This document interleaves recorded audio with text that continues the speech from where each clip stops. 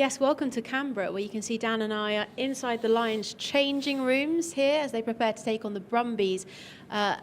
What do you make of it? I mean, slowly getting things organised and ready for the team to get in here. Yeah, I think the kit man's got a little bit of work to do still. No shirts, no boots, no towels or anything yet. But it's impressive, isn't it? You know, especially being away from it for a little while. It's an impressive setup. Nice to be back inside. The Brumbies speaking this week, saying that they have the advantage of going last, having watched the Lions take on the likes of the Reds, the Waratahs. So what do you think they would have taken from what they've seen over the last few weeks? Well, I think the Waratahs gave the other teams and possibly Australia a really good blueprint on how to stop the Lions. Now, they didn't clearly offer a huge amount in attack, the Waratahs, but in terms of their line speed, they just kept coming and making the Lions. They kept the Lions in the middle of the park, didn't allow the Lions to get the ball to edges where they can get the ball in the hands of Kinghorn and Keenan and these guys.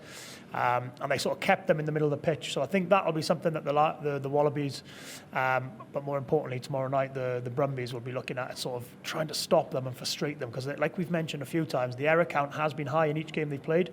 So I think they'll want to try and frustrate the Lions and maybe try and sort of, in those transition periods, a little bit like what Argentina did, come alive on counter-attack.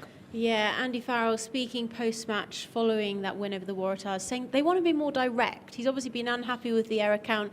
He felt the pitch was pretty wet, which could be the same again here in Canberra. It's cold here. They're talking about a bit of dew. I don't know, you're much better place to talk about the conditions than I am. I've just seen the groundsman out there with a hose pipe now. He's just spraying it just to make sure it gets a bit more greasy on for tomorrow night. But yes, you know, by the time you kick off at 9 o'clock, there is a bit more dew on the surface. It isn't, you know, it is winter here as well, so it's not as if we're in the middle of summer back home in the UK. But for me, I think what Andy's speaking about being direct is sort of, can they win the advantage line first before they maybe start playing a little bit out the back? Because a lot of their errors are coming when they're forcing maybe 2 or 3 passes instead of maybe 1 pass rugby or 2 pass rugby, rather than sort of, I suppose when you play 2 or 3 pass rugby, there's more chances of, you know, the defence to come up the line for more catch and pass skill errors. So I think what they've got tomorrow night in the half-backs are people who are really, really good at that. Jamison Gibson-Park, 1 pass rugby off 9.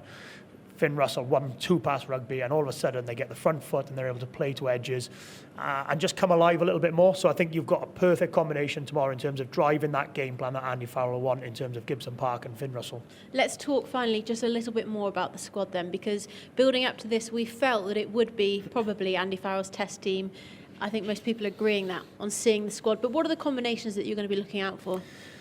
I think the 2 areas which I think are probably, I've got the most chance for change from tomorrow night is probably that back row and the centre partnership. I think, look, he obviously knows Gary Ringrose and Bundy Aki, so he almost just wants to see how they go tomorrow night. I think Hugh Jones and Sione Tuipulotu put a really good marker down on Saturday evening against the Waratahs. But I think it's almost a little bit of a trial run for those 2 as well. If they can find a little bit of form and partnership there, I think they could be the guys that Andy Farrell knows and trusts. And then you look at the back row in terms of Chessum, Curry and Conan. I think he likes Conan at 8 because it gives him that out and out number 8, and a lot of the unflashy work and the hard work he'll do. And I suppose what you do when you pick a Chessum or a Tyke Byrne, for argument's sake, in the back row, it allows you to pick 2 back rowers on the bench. So you could be looking at, like they've done for tomorrow night, Van der Fleer and Pollock on the bench. Yeah. So I think that 7 berth is still, I think the 6 and 7 berth is still up for grabs a little bit, but I think a strong showing from the two of them in terms of Curry and Chessum tomorrow night against the Brumbies, they'll be right in the mix.